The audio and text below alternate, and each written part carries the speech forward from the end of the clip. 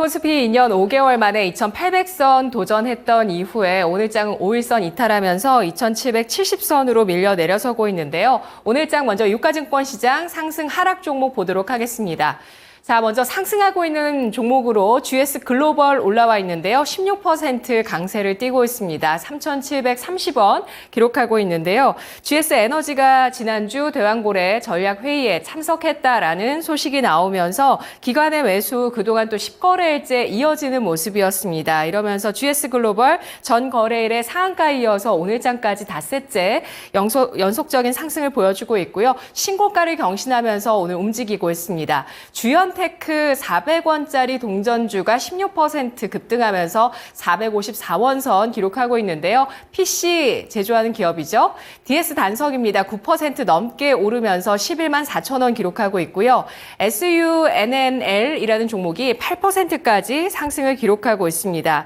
가구 목재 사업을 하고 있는 기업이고요. 오늘 건자재 쪽 한샘 비롯해서 좀 움직임 괜찮은데 이 종목은 가구 목재 사업을 하고 PBR 0.17배를 가리키는 저평가 매력이 있습니다. 세진중공업이 8% 오르면서 8,970원 선 기록하고 있는데요. 조선 기자재 가운데서 데크 플레이트 같은 초대형 조선 기자재 제조 분야 국내 1위 기업인데 국내 3사에 모두 납품한다라는 이 가치 부각이 되면서 오늘 주가 신고가를 경신합니다.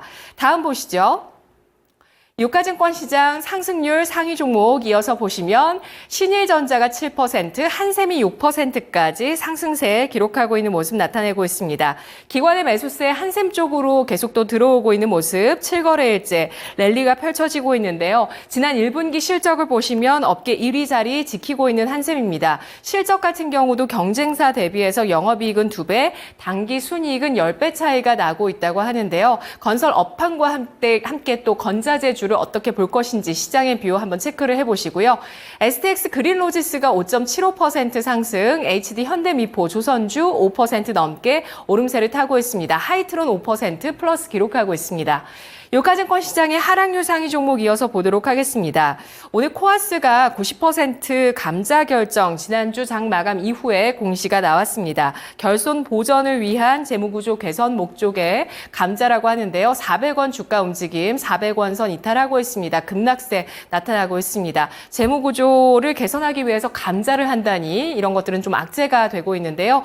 GS가 10.95% 하락세를 띠고 있습니다. 심해가스전 개발 기대가 GS 에너지가 대왕고래 전략 회의에 참석했다라는 이슈가 나오면서 GS 에너지의 지분 100%를 갖고 있는 GS가 부각을 받았었는데 오늘은 급등 이후에 또 급락세 나타나고 있고요. 플레이그램, 태양금속 우선주, 동양 피스톤이 나란히 9%에서 10%까지 큰 폭의 하락을 띠고 있습니다. 다음 보시죠.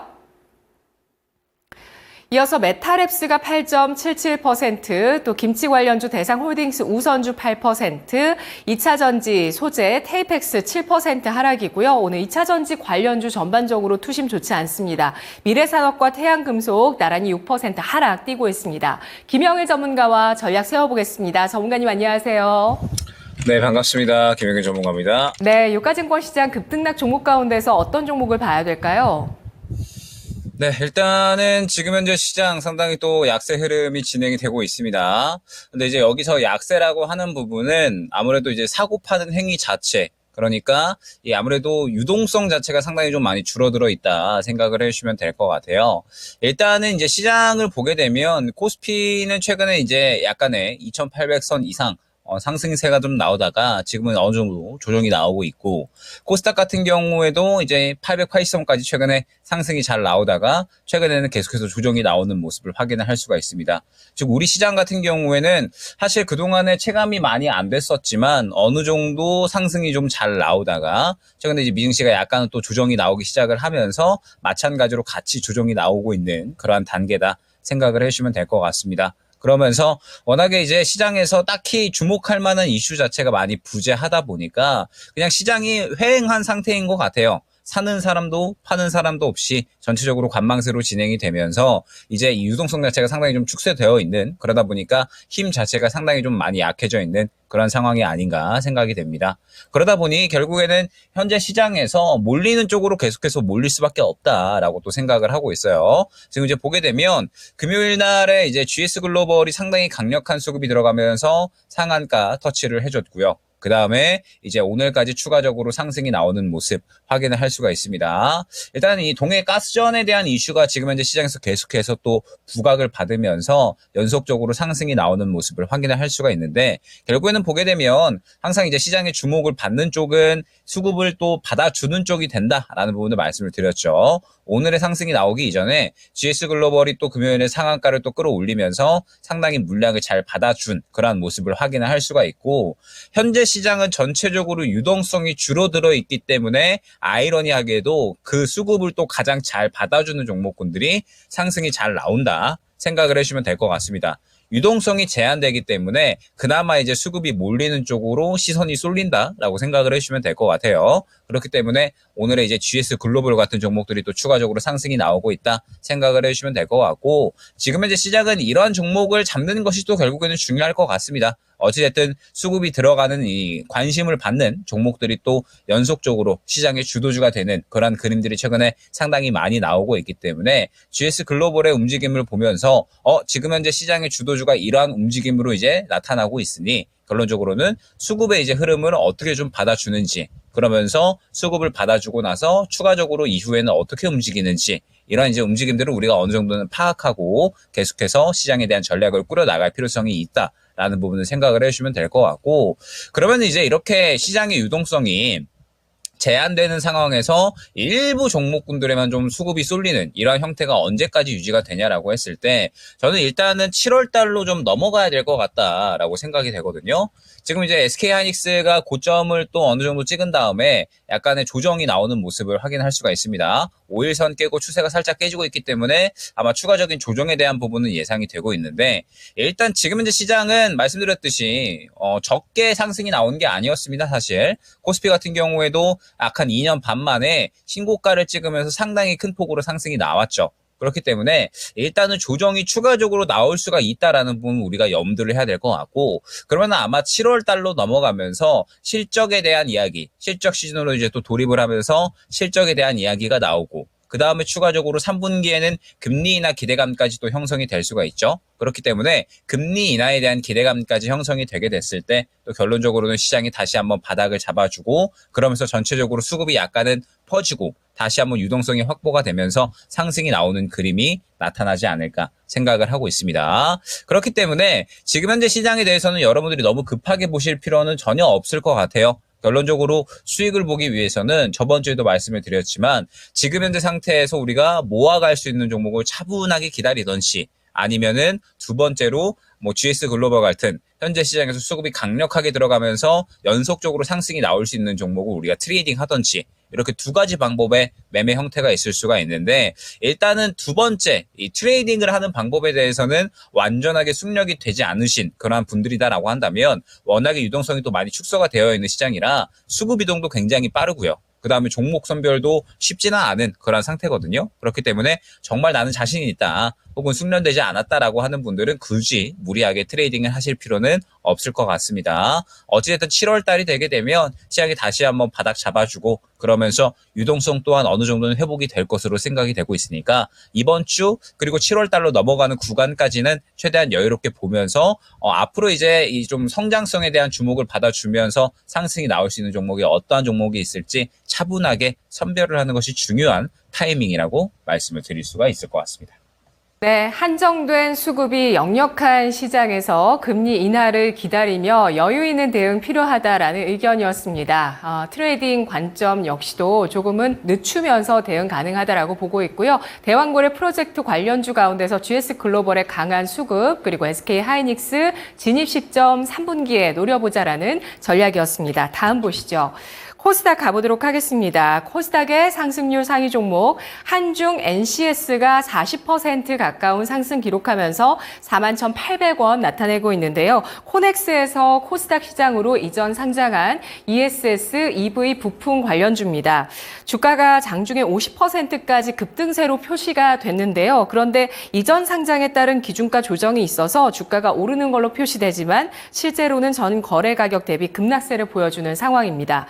JLK가 상한가 들어가 있는데요. 16,050원 선 기록하고 있는 모습 나타내고 있습니다. 하반기 미국 진출이 기대가 되고 있는 AI 관련주인데요. 하반기 뇌졸중 솔루션을 시작으로 4개 제품에 대해서 미국 허가를 추진해서 미국 시장을 녹화할 예정입니다. 뇌졸중 골든타임을 잡는 AI 의료기기로 미국 시장을 공략할 예정이라고 하는데요. 주가 오늘장 급등세에 주목을 받고 있고요. 아이큐어가 19.95%까지 상승을 하면서 2,580원 선 기록하고 있습니다. 치매 패치로 좀 여러분들께서 아시겠지만 최근 들어서는 화장품 OEM, ODM 쪽으로 사업을 다각화하고 있다는 점 주목을 받고 있습니다. 오늘 그 내용 부각되고 있는데요. 국내 최대 오프라인 뷰티 스토어 CJ 올리브영의 자체 브랜드 기초 패치 화장품 제품 ODM 납품을 시작했다는 소식이 나오고 있습니다. 가지고 있는 기술력인 경피 약물 전달 시스템을 가지고 또 화장품을 만든다는 점에서 화장품 시장에서의 이 기술에 대한 평가도 주목이 되고 있고요. 파세코가 19.92%까지 상승을 하고 있는데 여름 수혜주입니다. 냉방 제습기기 관련주가 오늘장 강세를 띠고 있는데 6월 정말 또 엄청난 폭염이 있었는데 장마 이후에 7, 8월에는 더 강한 더위가 기다리고 있다는 예보가 나오고 있습니다. 파세코는 지난달 실내 겸용의 제습 에어컨을 출시를 했는데요. 제습도 냉방도 다 잡는 파세코였고요. 인화전공이 19.3%까지 상승세를 기록하고 있는 모습 나타내고 있습니다. 이 종목 같은 경우는 아시아나 화물 부문 인수 소식이 있었고 또 배당 수익률이 8%를 가리키면서 고배당의 매력도 있습니다. 24,700원 선 거래되고 있고요. 이어서 보시면 그리드위즈가 17.87%까지 상승을 하고 있습니다. 신규 상장주죠. 캐리소프트가 17% 넘게 오르면서 4,455원 선 인구 절벽에 따른 우려감으로 대통령에서 국가 비상사태를 선언한 이후에 엔젤 산업 관련주 가운데 캐리소프트가 재차 급등을 하면서 오늘장 강세를 띠고 있는 모습 눈에 띄고 있고요. 브랜드엑스 코퍼레이션 잭시믹스라는 브랜드를 갖고 있습니다. 잭시믹스가 중국 쪽으로 진출한다라는 이슈와 함께 14% 증권사 분석 오늘 나왔고요. 풍원정밀이 13% 일본 쪽에서 독점을 하고 있는 파인메탈 마스크 국산화 이슈 있습니다. 진시스템이 13%까지 급등하고 있습니다. 이어서 코스닥의 하락률 상위 종목도 보겠습니다. 올릭스가 17.7%까지 하락세를 띠고 있는데요. 황반변성 치료제 권리 반환 이슈가 나오면서 17.73%까지 급락하며 9,510원 선 기록하고 있고요. 하나기술은 지난주에 2차 전지 조립계약 해지 이슈가 나왔는데 양봉을 기록하면서 하락 마감했었습니다. 금요일장에 9%, 10% 안 되는 하락을 기록했었는데 오늘 추가적으로 더 빠져버립니다. 14%까지 하락이고요. MFM 코리아, 엑스큐어 같은 종목들이 11%에서 9%까지 하락률 기록하고 있습니다. 다음 보시죠. 코스닥에서 오늘장 하락하는 종목 가운데서 T로보틱스, 로봇주도 8% 빠지고요. 또 배터리 관련주 계속 하락하고 있네요. 종목들이 쭉 올라오는데요. PNT도 그렇고 엔캠도 마찬가지입니다. 엔캠 블록들 이슈가 지난주에 있었고 또 최근에 분석을 보시면 단기적으로 실적 부진 불가피하다. 하지만 북미 쪽에서 전해 기업으로 장기 성장 동력 주목된다라는 의견 대립하고 있습니다. 자, 오늘 김영희 전문가는 어떤 의견 있으실까요? 코스닥 종목 보겠습니다. 전문가님.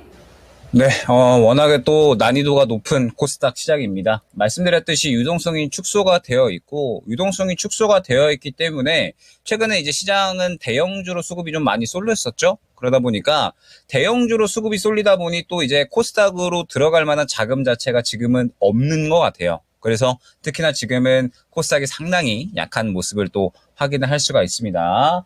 이러한 상황에서 이제 우리가 결론적으로는 유동성이 축소가 되어 있고 종목 순환이 많이 돌지 않는 상황에서 그럼에도 불구하고 결론적으로는 수익을 챙기기 위해서는 결국 살아있는 종목을 건드릴 필요성이 있다라는 점을 생각을 해주시면 될 것 같아요. 그렇기 때문에 오늘은 한번 전력 설비 쪽 또 이야기를 해보면 좋을 것 같습니다.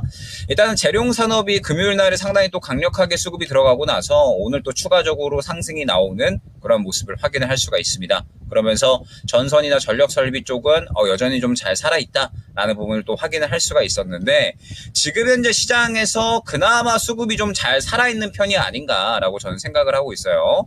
일단은 뭐 재룡산업 같은 경우에 추가적으로 상승이 나오는 모습 확인할 수가 있었고 지금 보게 되면 생명전기 같은 이러한 종목들을 봤을 때 최근에 한 차례 수급이 들어가는 구간, 그 다음에 금요일 날에 또 한 차례 더 수급이 들어가 주면서 지금 현재 시장에서 어떻게 보면은 가장 강하게 수급을 받아주는 종목이 아닌가라고 생각을 하고 있습니다. 대금 자체도 오늘 그냥 살짝 쉬어가고 눌리는 구간인데도 불구하고 80억 정도가 들어가는 모습 확인을 할 수가 있죠. 충분히 지금 현재 힘을 어느 정도는 비축해 놓고 있다라고 생각이 되고 있습니다. 그렇기 때문에 여러분들이 지금 현재 시장에서 나는 그나마 그래도 한번 트레이딩을 해보고 싶고 그 다음에 살아있는 종목으로 한번 이 수익을 좀 노리고 싶다라고 하시면 전력 설비 전선 쪽 보시면 될 것 같습니다. 재룡산업을 필두로 해서 지금 원전 쪽도 한전산업 같은 이러한 종목들은 살아있는 모습 확인을 할 수가 있거든요. 지금 시장은 결국에는 살아있는 종목이 중요한 겁니다. 시장 자체가 죽어있기 때문에 죽어있는 시장에서 죽어있는 종목을 건드린다라고 했을 때는 우리가 소외될 수밖에 없겠죠. 죽어있는 시장에서 그래도 살아있는 종목을 건드려야 결론적으로는 수익을 챙길 수가 있다라는 점을 생각을 해주시면 좋을 것 같고 그 다음에 이제 하락 종목 중에서는 제가 이제 금요일 날에 또 언급을 드렸던 제일테크노스 한번 또 이야기를 해보면 좋을 것 같습니다. 자, 제일테크노스 같은 경우에 제가 금요일 날에 꿈비 또 이제 어느 정도 급등 나온 것에 대한 리뷰를 진행을 하면서 태강에 대한 후속주로 말씀을 드렸었죠. 그러면서 8,000원대 초중반대에 말씀을 드렸고 이제 종가까지 연속적으로 상승이 나오면서 바로 그날 20% 급등 나오는 거 확인을 하셨을 겁니다. 그러면서 이제 꿈비를 또 말씀드린 이후에 태강에 대한 이야기를 하면서 후속주가 제일테크노스가 될 거다.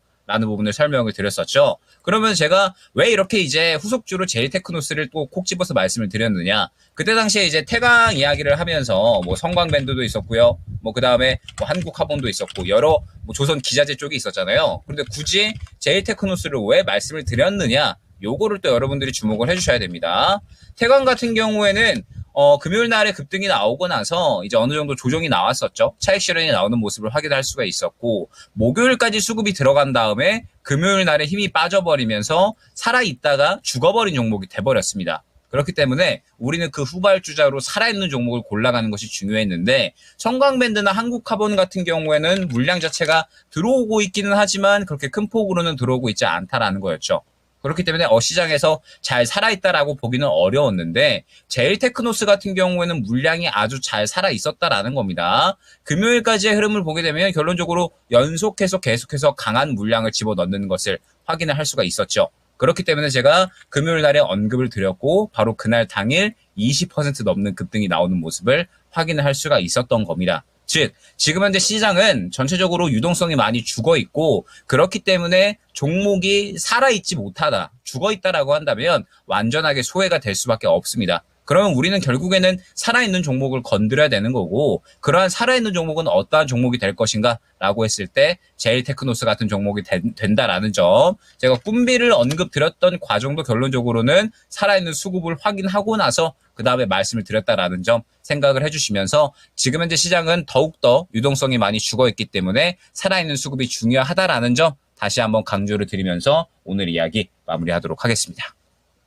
네, 더욱더 수급 분석이 중요해지고 있는 유동성이 위축된 구간입니다. 제일테크노스와 또 재룡산업을 통해서 그 전략 알아봤습니다. 고맙습니다.